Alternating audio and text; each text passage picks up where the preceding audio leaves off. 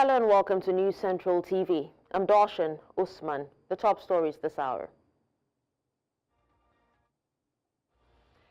DSS military kills scores of bandits in Niger community. NEMA deploys response teams across 15 vulnerable states after more than 200 people died in Niger flood disaster. Away from Nigeria, 4 opposition figures in Côte d'Ivoire barred from October presidential vote. Details shortly. We begin with security matters, where security forces have intercepted a major bandit operation in Niger State, killing 45 armed men in a preemptive strike outside Kuchi town, Munya Local Government Area. Now, the coordinated operation was led by tactical units of the Department of State Services and supported by the Nigerian military. According to security sources familiar with the operation, the offensive was based on intelligence that linked the movement of over 100 heavily armed fighters from Bilbis forest in Munya Local Government Area of Zamfara State and parts of Kaduna State to a planned attack in Kuchi. The fighters were reportedly invited by notorious bandit leader Dogo Gide. 5 DSS operatives were also reported to have sustained serious injuries and are receiving medical care. Still on security, Benue State Governor Hyacinth Alia has received the Chief of Army Staff, Lieutenant General Olufemi Oluyede, who has relocated to the state due to worsening security situation in the state. Now, Alia, who discussed with the Army Chief behind closed doors, briefed critical stakeholders on their deliberations, which he said was geared towards taking a direct approach to surmount the degenerating situation in parts of the state. Lieutenant General Oluyede had, after the meeting with the governor, left immediately to engage with his commanders to confront the lingering issues of insecurity which brought him to the state. Official reports say attacks have almost become a daily occurrence and has left nearly 100 people dead in the past week alone. Several others are reportedly injured or maimed, and several houses burned, leaving many homeless. Now, joining us to discuss more on this is the country director at Global Peace Foundation Nigeria, Reverend John Hayab. He is also the CAN chairman for Northern Nigeria. Thank you so much for joining us on the news, Reverend Hayab. Thank you for having me, and good afternoon. Good afternoon. Now, Reverend, could the recent surge in attacks suggest that bandits or even armed groups are now strategically moving from state to state, possibly expanding their operations across central Nigeria?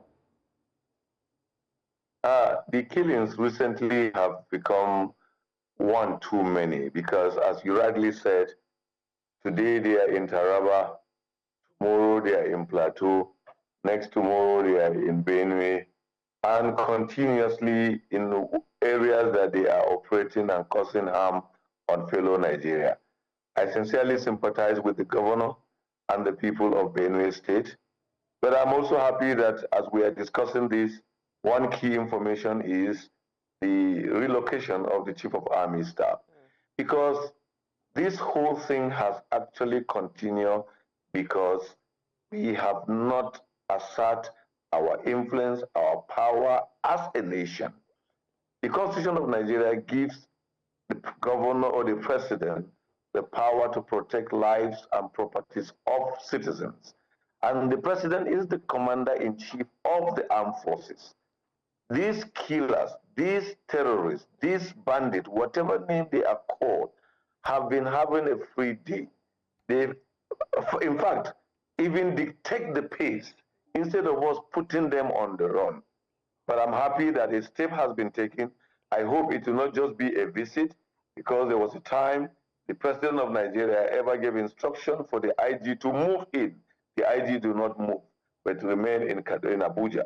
But this time around, the Chief of Army Staff is already there. We hope that concrete action will be taken. We will begin to see these criminals on the run, because these are not people you can negotiate with at the moment. These are people that you need to show them that this country has a law, this country has armed forces. If not, they will continue to harm and destroy innocent citizens. Absolutely, Reverend. Now, what intelligence or patterns indicates that the violence in Benue and Plateau is even coordinated and not just isolated local conflicts? I know you did say that, you know, it shows that these bandits are moving from state to state and to perpetrate violence. You see, the truth is that for quite some time, I have disagreed with many who say that this killing is farmers' herders conflict. Because I grew up, fortunately for me, I was born and brought up in Benue State, in Boko village to be precise. So I know the terrain, I understand the place. I've had the opportunity to stay in Kaduna, to live in Kaduna and other parts of Kano and other states of Nigeria. But what I'm trying to say is that we know the kind of conflict that exists between farmers and herders. A conflict that is just about animals entering a farm, and then there is a misunderstanding and they find a way to resolve it. But we have a situation that some criminals or some evil people are going after our citizens well armed with sophisticated weapons. They go to many of our citizens, they cause us pains, they don't have in the, these are that looking at the weapons they have, they are not poor people, they are well organized, they have funders, they have people who are guiding them. If you look at their strategy and the way they move into community, they cannot just be groups that are not organized. They have groups, they have people who are behind them. And that's what Nigerian government must go after. Because even if you kill the bandit and you don't get those who are funding them, those who are supporting them, they will still send other groups to continue the evil. Okay, now what role do unresolved land disputes, ethnic tensions, or even political rivalries play in sustaining the cycle of violence in these states? Now that the Chief of Army Staff has also relocated to Benue State, do you think that their strategies will be effective now? Well, if those things exist at all, that is where the involvement of every stakeholder becomes necessary. This war is a war on all of us. And so we must all join hands to expose them, join hands to chase them away, join hands to ensure that they do not have a field day. And I thank the Chief of Army Staff that he's already there, but in his engagement, no one group should be left behind. Every group should be on the table of that engagement. Many times we have people who can give us quality information that will lead to the dislodgement of the bandit, but we look down on them and think they don't exist. Well, we become all victims. So every stakeholder must be carried along, political class, the business community. Look, the mechanic in that community knows things that many of us do not know. The religious leaders, women, youth, and every group. Let's engage people in this conversation to find solution. Let's win the trust and confidence of everybody to tell us what he knows. Because there's also a trust deficit in the way we are fighting this war. People don't believe either government or people don't trust security agencies to some extent. And instead of them telling people what they know, they are afraid. If I tell them, they will come after me. They are afraid if I get involved, I will be the next victim. So everybody is keeping quiet. Win the trust of these people. Let everybody know that, oh, you are important. We value your contribution. We also value the role you will play. We must defeat these people, but we must defeat them. We can only defeat them when we unite, when we work together, not sidelining anybody. Enough of the blame game. Oh, we blame these people, we blame these people. No, let's look at them as enemies of Nigeria and tackle them as we are tackling enemies of Nigeria. Then we can be working on the ground to promote understanding, to encourage dialogue among the communities so that they can also trust each other, because these criminals have actually successfully divided people, divide us either on religious line or on ethnic lines. And that's why we need everybody to see that, look, we're not talking about your ethnic group here, we're not talking about your religious here, we are talking about criminals are killing us. If they find you a thief man, they will kill you. If they find you a Fulani man, they will kill you. If they find you a Hausa man, they will kill you. If they find you an Edoma man, they will kill you. Whatever tribe or identity you claim you have, or a Muslim or a Christian, they will kill you. So these are not people who would treat them as, they don't belong to anybody. They are enemies of the Federal Republic. All right. Well, thank you so much for your time and for speaking on this, Reverend Hayab. Thank you. Thank you too for having me. In the meantime, the Director General of the Voice of Nigeria, Jibrin Ndache, has called for deeper collaboration between government and citizens on national security matters. This was during the inaugural National Citizens Engagement Forum on Security with the theme Renewed Hope Agenda, Citizens Engagement and National Security. News Central's correspondent Bettina Nweli reports. The forum convened a diverse group of stakeholders, including heads of security agencies, civil society representatives, academics, youth leaders, media practitioners, traditional and religious leaders from across the country. The Director General of the Voice of Nigeria says that the forum aims at rebuilding public trust and fostering deeper collaboration between government and citizens on national security matters. Fellow Nigerians, let us remember, security is not just the business of security agencies. It is our own responsibility. It is a collective endeavor, a national project, a shared journey. It demands courage, commitment, and collaboration from all of us, government, media, civil society, and citizens alike.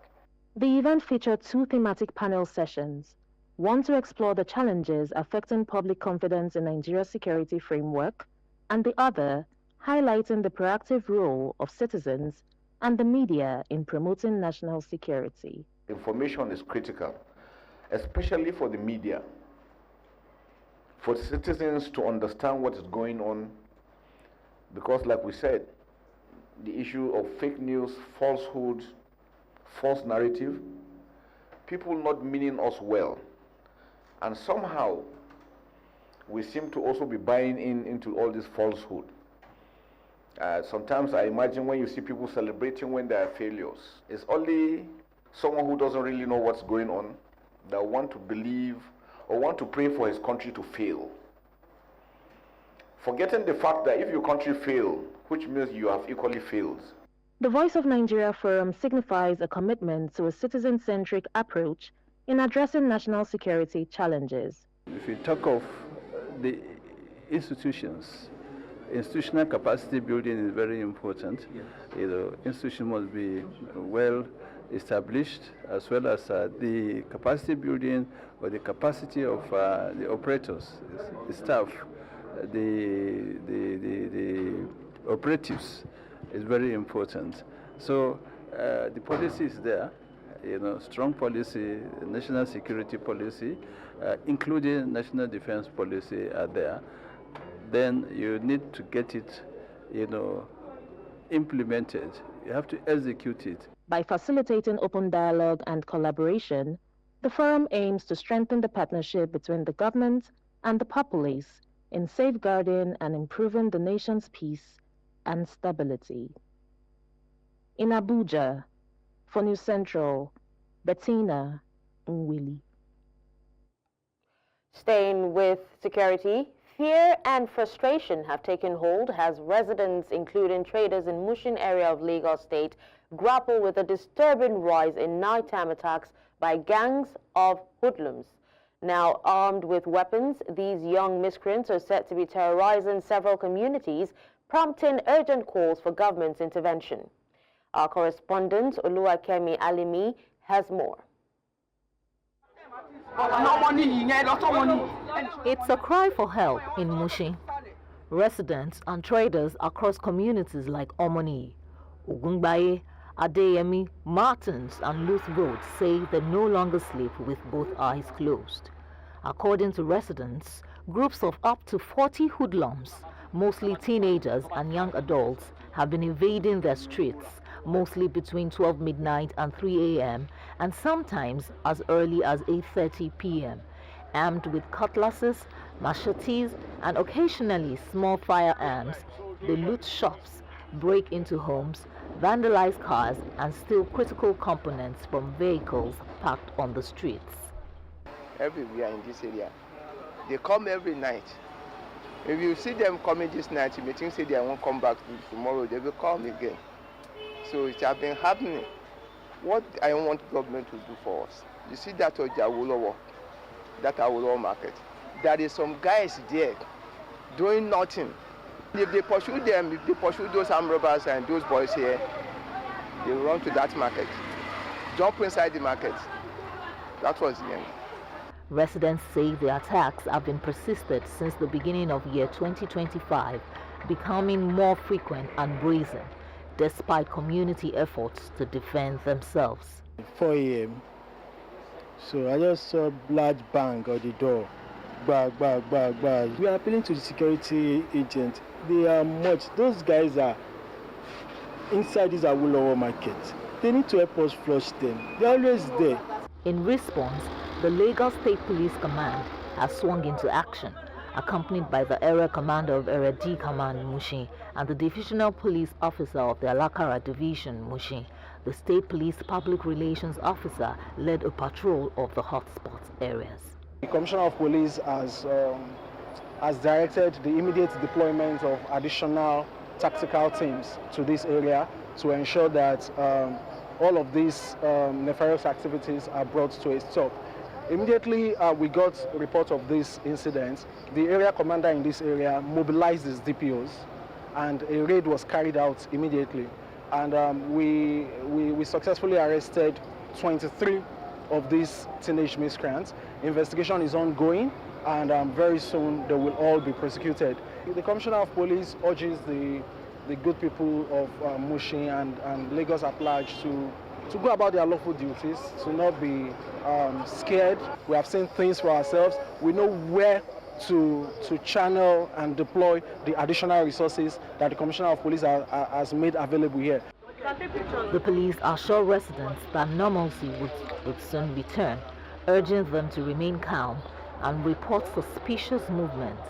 Meanwhile, the communities hope the renewed presence of security forces will finally bring an end to months of unrest. In Lagos, for News Central, Oluwakemi Alimi. When we come back after the break, we'll tell you that NEMA deploys response teams across 15 vulnerable states after more than 200 people died in Niger flood disaster. Stay with us.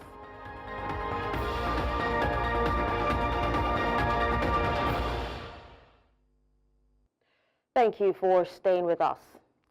The National Emergency Management Agency has deployed officials to 15 high-risk states to warn residents of impending floods and encourage early relocation. Now, this follows the Mokwa flood disaster in Niger State, which has killed 200 people, with more casualties feared. NEMA said that many victims lived in gullies despite earlier warnings. The agency's press head, Manzo Ezekiel, listed affected states including Kogi, Imo, Taraba, and the FCT. Advocacy teams have been sent nationwide offering emergency training and evacuation plans. Meanwhile, NEMA's Director General visited Mokwa within 24 hours of the incident. The federal government has denied that dam releases caused the flood, attributing it to climate-induced rainfall and blocked drainage.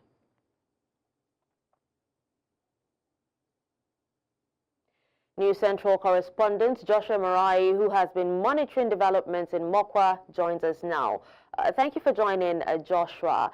Can you tell us, we understand that the Vice President, Kashim Shettima, will be visiting today. What more do you have to tell us on that? Well, good afternoon to you, Dashen. I am live at Stephen Madza Primary School, the location that we are expecting the Vice President of Nigeria to arrive soon. As you can see, locals and traditional rulers, leaders are seated awaiting the arrival of the Vice President, as well as other locals. They've gathered around from the early hours of today, that is from 10 a.m., awaiting the arrival of the President. Meanwhile, we are beginning to see relief efforts being dropped down at this particular place. On my right-hand side is the UNICEF tent that they pitched yesterday from the early hours of yesterday. So they begin attending to some of those who were affected by this disastrous situation here in Mokwa Local Government. So we are beginning to see relief efforts falling into Niger State Mokwa Local Government. And I can tell you for sure that I think this place is beginning to get the attention it deserves from the authorities. Okay, so what are the residents, expecting from the Vice President when he arrives? Well, it is not more than the touch of the government per se. They just want to feel the government in relief and in succor. I think that is what they need now, because they've lamented in the past that they have been without houses, without a conducive place to lay their heads, as well as the necessary amenities to cushion the effect of the disaster that occurred a few days ago. So basically, they are expecting to hear from the government, and particularly federal intervention on this particular situation that has left many of them homeless, some of them sick, and some of them dead particularly. They lost lives, lost properties. It is double loss for these people who are here. So we hope that the government will swoop in and give them the intervention that they truly deserve. All right, well, thank you so much, Joshua, for that update. It's a pleasure. Well, it's Wednesday, which means it's time for Prime Minister's Questions, the weekly political showdown in the UK House of Commons.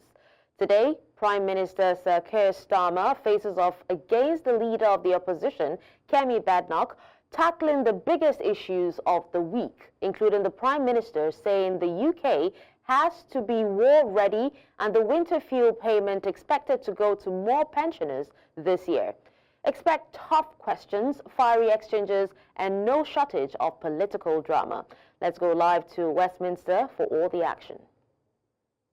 They've done it by now. Scotland needs a change of direction. Thank you, Mr. Speaker. Sir John Cunliffe's interim report published yesterday laid out the fundamental changes that are needed for our water sector. This is felt no more acutely than in my constituency of Chichester. We have a harbour that's in an unfavourable declining condition, and sewage is blighting our tourism industry. But with water bills from Southern Water rising by 47% for my constituents, can the Prime Minister tell them when they can expect to see the real change that this government promised and our waterways cleaned up for good? Well, can I share her anger and frustration at the broken water system that we inherited, with frankly appalling sewage, higher bills, and executives paying themselves huge bonuses. And the era of being rewarded for failure is over. We've launched a record 81 criminal investigations into law-breaking water companies in England, introduced the Water Act with prison sentences for polluting bosses and banning unfair bonuses, and we'll respond to the Independent Water Commission in full following the publication of the final report. Deputy Chair. Thank you, Mr. Speaker. The proposed Hemel Health Campus, a partnership between the NHS and the Council, presents a perfect opportunity to deliver on Labour's commitment to neighbourhood-based care, bringing services closer to where people live, in facilities designed around their needs. It can also help to regenerate our town centre. Does the Prime Minister agree with me that it is essential that all stakeholders involved in the project are as ambitious as possible and work to deliver a community hospital that builds on the services currently available and reflects the evolving needs of our town? Prime Minister. Well, can I pay tribute to how he's bringing people together to deliver better care in the community that meets the needs of his constituents. The proposals for the health campus will be open to public consultation. I've urged the whole community to input into that to ensure the strongest investment case is put forward. I'm pleased that waiting lists in his local trust have fallen by a fifth since March 24 because of the investment that we put into the NHS, which of course was opposed by the parties opposite. Thank you, Mr. Speaker. Over the past few months, I've been meeting with care providers in my constituency of Stratford-on-Avon who deliver essential and expert care to some of my most vulnerable constituents. But like so many small businesses, they're under huge financial pressures, and the hike in national insurance is yet another burden many can't afford. I welcome the government part U-turn on winter fuel payment cuts following pressure from these Liberal Democrat benches. So when will the Prime Minister offer relief to care providers and other small businesses and U-turn on the punitive hike to national insurance? Prime Minister. Mr. Speaker, we announced £502 million to support local authorities to manage the changes in NICs. We put £3.7 billion in additional funding for social care, doubled the Disabilities Facilities Grant, and introducing the first ever fair pay agreement for professional carers, including minimum standards for pay. But I would just gently say to her, her party opposed the budget which provides the money for the funding. You can't keep asking for more spending and oppose a budget which raises the money. Natalie Fleet. Thank you, Mr. Speaker. The first constituent to reach out to me was a brave bowls-over mummy who had waited 4 years, 5 months from rape to prosecution, with 3 postponements and multiple suicide attempts. I will do everything I can to use this chamber to speak out for women that are being so badly let down. How will the Prime Minister support me to make sure that when these survivors, these formidable women across the country come forward, they will get justice and there will be space in our prisons for their perpetrators? Prime Minister, can I thank her for raising this case so powerfully and everything that she's doing on it. The case she's outlined is utterly shameful and for far too many victims are waiting too long for justice. Mr. Speaker, we're delivering a record number of sitting days, reviewing criminal courts to speed up the hearing of these cases and have as a mission to halve violence against women and girls. She talks about the prison system. The party opposite left the prison system on the brink of collapse, routinely operating at 99% capacity because in 14 long years they only added just 500 extra places. We will deliver 14,000 new prison places so the public are protected from these vile offenders.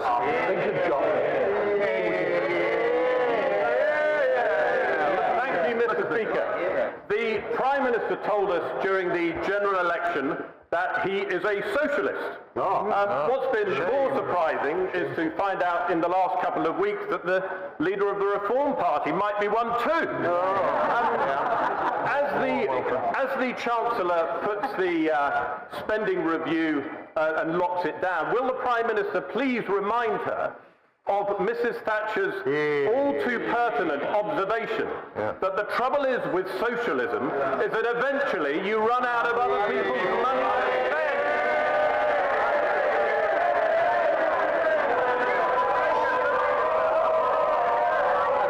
Was it Kwasi Kwarteng that he replaced? And now he stands there to give lectures on economic prudence. You couldn't script it. But Mr. Speaker, the difference between the Labour government and the parties opposite reform is we believe in properly costing our plans. They've got £80 billion worth of unfunded commitments. Liz Truss 2.0. Chris. Thank you, Mr. Speaker. Blackpool's own boxing champion Brian Rose uses his gym to tackle knife crime, antisocial behaviour and give young people a safe space, demonstrating the significant impact of amateur gyms. Thousands of these amateur gyms up and down the country operate on a shoestring and can't afford to keep the lights on, relying on brilliant charities like Maverick All Stars, Empire's Fighting Chance and Matchroom in the Community. Would the Prime Minister join me in thanking these charities, praising the volunteers in these gyms, and will he throw a haymaker behind these gyms, giving them the knockout support they need to continue their vital work? Well, can I thank him? He's a great champion for how amateur boxing gyms can transform both physical and mental health and confidence in young people. And the time, I have to say, given by selfless volunteers is inspiring, and we should thank them for it. England Boxing are investing £9 million in the sport, and GB Boxing will also receive more than £12 million during the next Olympic Games cycle. And I know my honourable friend will be looking forward to Liverpool hosting the inaugural World Boxing Championship, I think in September. Thank you, Mr. Speaker. Since July, health services in my constituency have got worse. The Chase Hospital may close, in Borden the promised health hub has not arrived, and in Hazelmere this week we've learnt that inpatient wards are being closed because of a lack of GP cover. The Prime Minister promised hundreds of more GPs. Could he possibly send 1 or 2 of them to Farnham and Borden? Mr. Speaker, I remind myself they left the NHS on its knees. The last Labour government brought the waiting list down to record lows. They drove them up to record highs. The last Labour government had the highest possible confidence in the NHS. They dragged it down to the lowest ever levels. Because of the money that we're putting in, we've done 3 million extra appointments in the first year of a Labour government. That's the difference Labour makes in power. For more on this, I'm joined by our international correspondent, Afia Hagen. Afia, what are the main issues of the day at the Prime Minister's questions? Well, we had kind of the tail end of Prime Minister's questions there, but at the top you had Keir Starmer and Kemi Badenoch facing off as usual. Winter fuel payments was really high on the agenda. Like an hour before Prime Minister's questions, we had an announcement that more winter fuel payments will go to more pensioners this year. Now, this was a controversial decision by the Labour government to remove those payments. It's basically a top-up that the state gives you to be able to meet the cost of fuel during the winter when consumption is higher. And lots of pensioners had that winter fuel payment taken away. And now this year, lots of pensioners will have it given back. Now, Kemi Badenoch, the leader of the Conservatives and the opposition, said that Keir Starmer, the Prime Minister, should apologise for taking away those payments in the first place, and also pushed him for an answer on how many millions of pensioners would receive that payment this year. It's an answer that he couldn't give. She also asked him about the two-child benefit cap. Will that be kept by the Labour government? Again, it was an answer that Keir Starmer, couldn't give. He did talk about the Labour government being a government that wants to drive down child poverty, but couldn't confirm if the government will keep the two-child cap on state benefits that people get. There was also a question on Gaza, which I think is very pertinent, because there is a huge pro-Palestinian protest going on behind me. You might be able to see all around the Houses of Parliament. There are literally hundreds of people with Palestinian flags supporting the Palestinians in Gaza and what they are going through. There was a question about Gaza. It was, when will the UK government hold the Israeli government to account for the actions they have taken over the course of this war? Keir Starmer said Israel's actions over the past few weeks have been appalling. All right. Well, thank you so much, Afia, for that update. And with that, we'll take a break. When we come back, the news continues.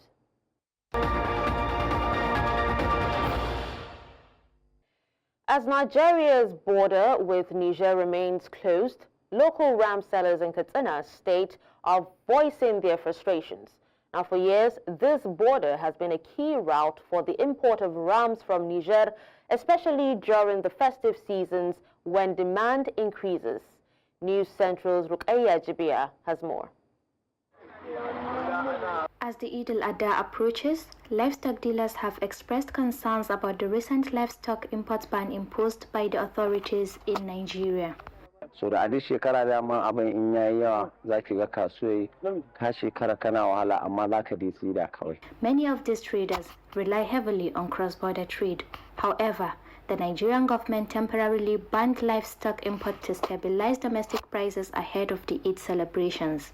Since the closure was enforced, the scarcity has led to price hikes and increased competition for the limited rams available. A gaskiyar lamari mu dai bamu ji daɗin rufewar ta ba, saboda dabbobin mu a nan gaskiya sun ɗan karanta haka, ba su irin yawan nan ba da sauransu da. Ita ya ba mu fata dabba ta kare, saboda in ta kare na za mu je mu nemo wuta. Border security measures have been tightened, making cross-border movement more difficult. San ma da aka rihe talaka ne zai juya, nan ma da ba a buɗe ba talakan shi zai ji. While Nigeria maintains that the border closure is necessary, traders argue that it is also affecting their livelihoods. Sabanin mai kasuwa in an rihe to zai samu wani abu nan, shan kuma su ba za su ji daɗi ba, ko ba hali ba, amma mu kanmu ba wani daɗin rihon muke ji ba saboda muna da busashe ga dajin. The closure of Nigeria's border with Niger has severely impacted the livestock market, leading to a shortage of ram and other animals available for its celebrations. Ba a shigo da wasu ba, wasu kuma larabar da ta wuce ma an kama mamu busashe. Mutanen mu asara su kai saboda girman Allah. Traders say this restriction has disrupted their livelihood and limit access to affordable livestock for the festive season. In Katsina, for News Central, Rukaya Jibia. Well, we have our correspondent, Chairman Dabeng, who is live at the livestock market to give us an update on the prices and what the traders are saying. Chairman, over to you. Thank you very much, Dashan. So we're here live in Bagada Ram Market, and we're speaking to both traders and buyers alike to see what the general market consensus is. As we all know, Salah is coming up very soon. It's actually coming up this Friday. So we're expecting to see a lot of people in the market, but that hasn't exactly been the case. The market seems a bit sparse, a little, very few people out here. So we're going to be speaking to the secretary of the market to find out exactly what is going on. His name is Mr. Hassan. Mr. Hassan, how are you doing? Fine, thank you. All right, Mr. Hassan, if you tell us what did happen for the market? What really happened is a normal days of festival, and every year we have such challenges, and what we expected the challenges to go down, and every day it is going up, because based on as at last year, the price of the ram, goat, sheep and cow is a little bit down as at last year, but this year is a little bit higher. Okay, can you tell us how much is each one going for? I know there are some people coming here to buy ram, some people are coming to buy goats, some people are coming here to buy cow, and all of that. Can you tell us what was the price last year and what's the price? Basically, as at last year, I think I have a little supply, and I supply something from 150, 160, and as at this year, the same ram of 150, we go for 250, 200. So we have a little bit high of increase on the price compared to last year. And we also have the one of 300, 500, 600. We also have the one of 1 million plus. And also the one for 1 million plus, as at last year, we have there about 700, 800. And today it goes for 1 million plus, 1 million plus. That's quite high in comparison. Yes. Last year. What has been the response from people so far when they hear these prices? The people who are complaining seriously based on the high of inflation of the price. Based on last year, we have more patronized on the people coming to buy rams. So, but this year there's a little bit of step back, and that back I think is a general issue, because it's not only Bagada alone.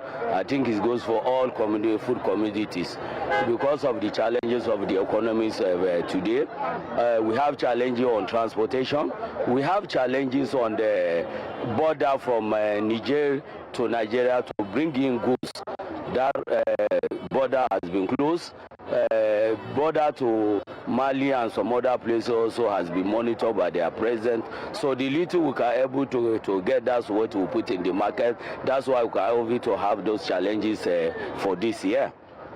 Should we be expecting any change by Friday? I mean, at least Thursday, Friday, those last-minute shoppings that people normally do? Yes, because a lot of people normally, as at some years ago, they used to buy this ram and keep at home.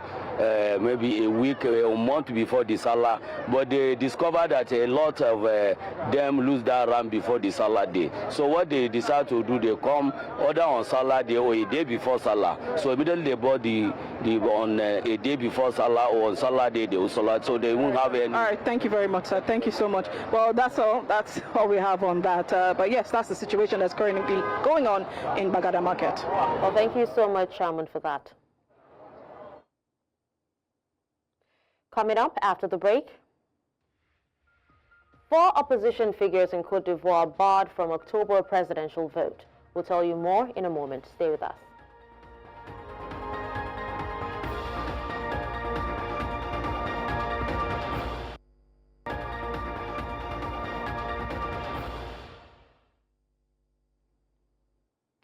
The news continues in West Africa, where 4 key opposition figures in Ivory Coast have been barred from contesting the upcoming October presidential election, the Electoral Commission has actually announced.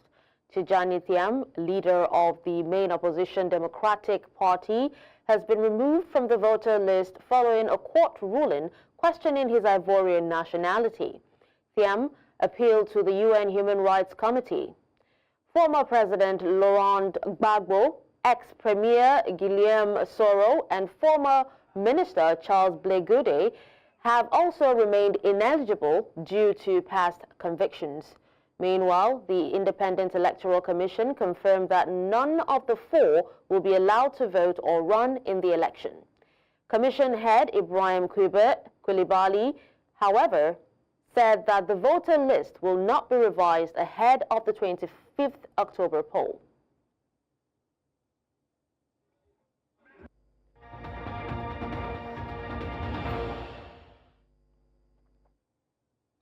In the world of sports, Ogun State Governor Dakwa Abiodun has reaffirmed the state's commitment to becoming a premier destination for sporting events in Nigeria. Following the successful hosting of the international friendly between Nigeria's Super Falcons and Cameroon's Indomitable Lionesses at the MKO Abiola Stadium, the governor announced that the state is prepared to welcome many more national and international competitions. He noted that the friendly match was just a preview of what is to come as Ogun continues to invest in sports infrastructure and event planning. I believe that this is just a warm-up to the Women's Nations Cup, and we are very excited about the way it's gone. It's also a warm-up for other competitions that we'll be holding here. We have the under-18, under-20 African athletes competition holding here. We also have the WAFU will also be holding here. So for us, we proposed to create an enabling environment for a sports economy, and I believe that we've done just that. That's all at this hour, but before we go, let's take another look at some of our top stories. We told you that DSS military have killed scores of bandits in Niger community. We also told you that NEMA has deployed response teams across 15 vulnerable states after more than 200 people died in Niger flood disaster. Finally, you heard that opposition figures in Côte d'Ivoire have been barred from October presidential vote. Remember, you may send your eyewitness report to the WhatsApp number on the screen. Do follow us on social media. We are at News Central TV. You can watch News Central live on DSTV channel 422, GoTV channel 23, StarTimes channel 274, Avo TV, and YouTube. Many thanks for watching. I'm Darshan Usman.